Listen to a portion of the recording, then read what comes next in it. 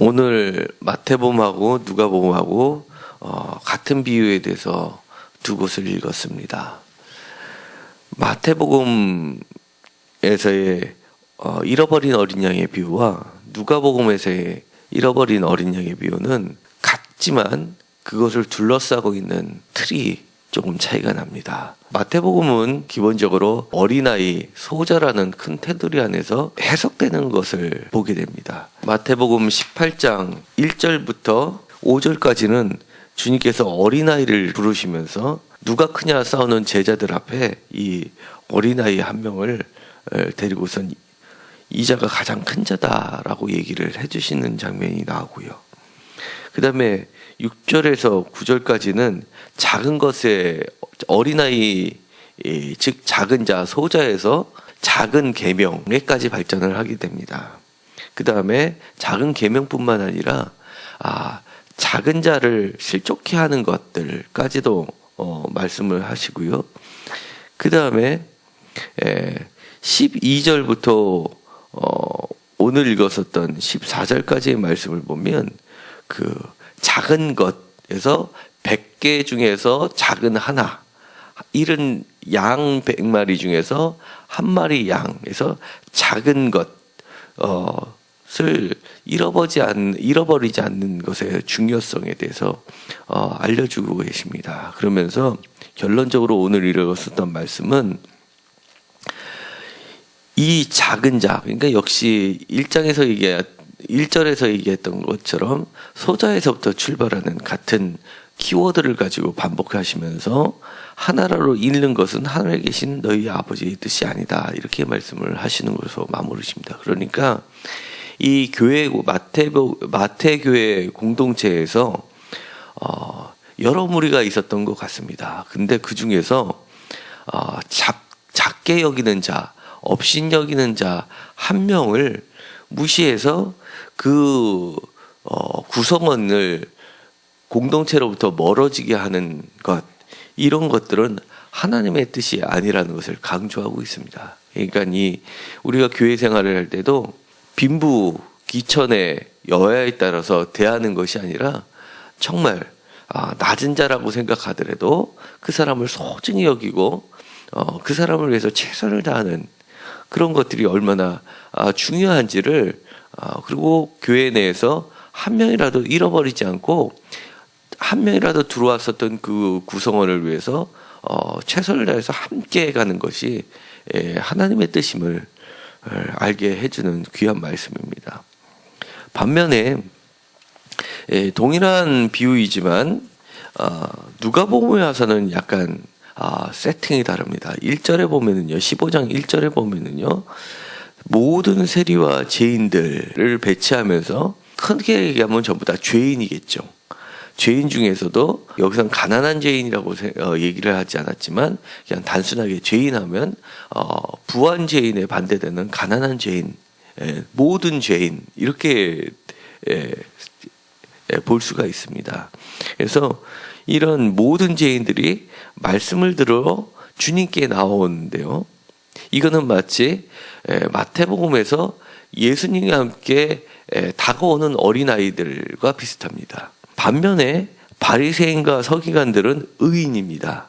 이런 모든 세인과 죄인들의 반대되는 개념으로 바리새인과 서기관, 이렇게 쌍을 이뤄서 있는데요, 이들은 반대로 예수님 주변에 있지만 가까이 오지 않고 주변에만 있으면서 오히려 공격하는 자들입니다.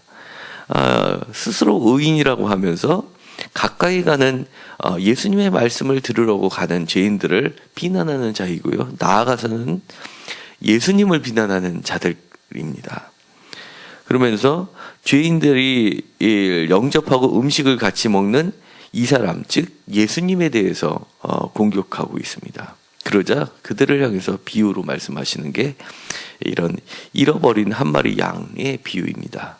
그러고 나서 결론으로 가서는 7절에 보면 죄인 한 사람이 회개하면 하늘에 회개할 것 없는 의인 99마리로 말미암아 기뻐하는 것보다 더하리라, 이렇게 말씀하시면서 바리새인과 서기관은 천국의 99으로 비유를 하시고요, 반면에 이 회개할 것 있는 한 마리 양, 이것이 바로 모든 죄인과 모든 세리와 죄인들로 비유하시면서 이들을 찾는 것에 대한 기쁨을 이 잔치와 비교를 하십니다.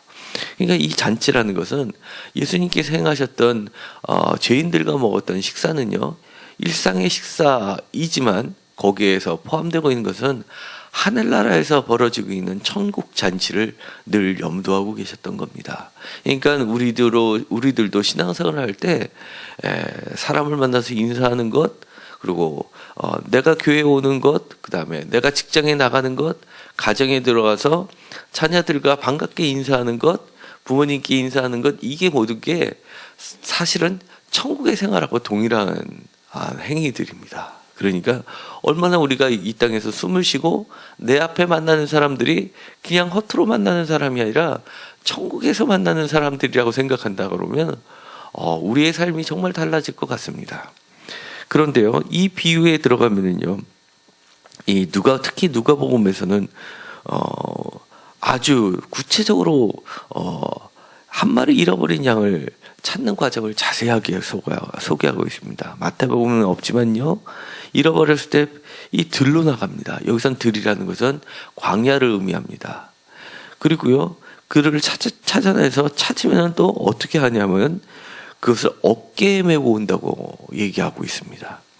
그리고 이 누가복음에서는 잃어버린 것에 대한 비유 3개를 세트로 모아놓고 있습니다. 먼저는요, 잃어버린 양이 나오고요. 그 다음에 8절부터는 잃은 드라크마에 대해서 나오고, 그 뒤에는요, 상자의 비유라고 되어 있는 잃은 아들을 되찾는 비유에 대해서 나오고 있습니다. 그러니까 잃어버린 것 대표적인 3개를 하면서요, 또 중심적으로 공통적으로 특징적으로 잡아내는 게 뭐냐면 기쁨입니다. 이것을 도로 찾으면 얼마나 기쁘겠느냐 해서 이 기쁨에 대해서 강조를 하고 있는 것입니다. 그러니까 어깨에 메고 와서로 끝내는 게 아니라요, 그 다음에 마태복음에는 없지만 누가복음에서 강조하는 것은 다른 이웃 사람들을 불러내서 잔치를 벌인다는 겁니다. 그러면서 이 기쁨을 같이 하자라고 하면서 얼마나 기뻐하는 것이 하나님의 기뻐하심으로 표현을 하고 있는 것입니다. 이 말씀을 읽어보면요, 너무나 감동이 됩니다.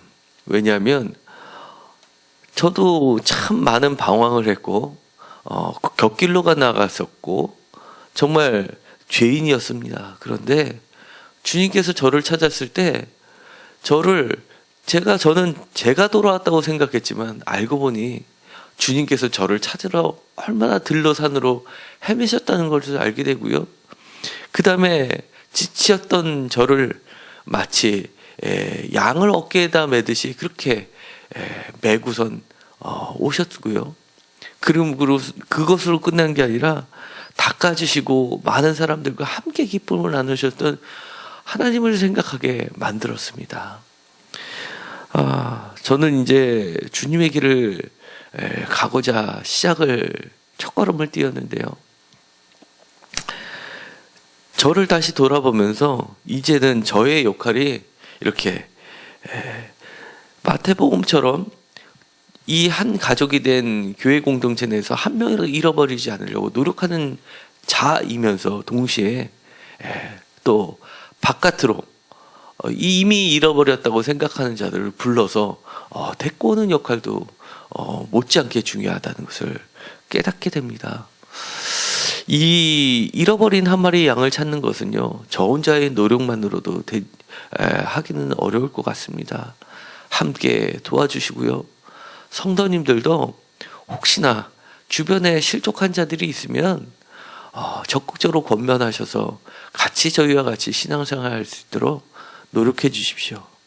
그러면 아마 하늘에서 성대한 잔치가 벌어질 것 같습니다. 어저께 드디어 함께 기도해 주셨던 덕분에 인터넷으로도 우리의 설교 말씀들을 같이 공유할 수 있게 되었습니다. 우리는 마태복음처럼 한 명이라도 잃어버리지 않게 최선을 다할 필요도 있고요. 누가복음처럼 또 이미 실족해서 공동체 밖으로 나간 사람들을 다시금 찾는 노력도 같이 해야 될 줄 압니다. 함께 기도해 주시고요. 정말 주님의 심정으로 그들을 찾는 노력을 최선을 다해야 될 것 같습니다. 이를 위해서 함께 기도하는 귀한 시간이 되었으면 좋겠습니다. 기도하고 마치기로 하겠습니다. 하나님, 오늘은 어린이날, 모두가 기뻐하는 날입니다. 이 기뻐하는 어린이날, 주님께서 소자를 불러주시고 그 다음에 이른 양 한 마리에 대해서 비유를 들려주셨던 그 모습을 상상합니다. 또한 누가복음에서 이른 양 한 마리를 찾아나셨던 주님의 심정을 듣게 됩니다. 저희들에게도 주님과 같은 동일한 심정을 주셔서 그 잃어버린 어린 양을 찾아 나서는 적극적인 목자가 되게 하여 주옵소서. 하나님, 저희들에게 기도하는 동역자들을 주셨습니다. 또 물질로 후원하는 동역자들을 많이 주셨습니다. 이제 귀한 사업을 시작하오니 주님께서 함께하여 주시다 구원의 사역이 날마다 일어나는 기쁨을 허락하여 주시옵시고, 비록 들러나가는 수고가 있을지 모르지만 하늘잔치가 지금 열려지고 있다는 것을 늘 기억하게 하여 주시고, 이 땅에서의 저희 수고가 하늘에서의 놀라운 큰 기쁨이 되고 있다는 사실로 우리 자신도 기쁨에 넘쳐서 주님의 귀한 사역을 감당할 수 있게 허락하여 주옵소서. 예수님의 이름으로 기도드렸습니다. 아멘.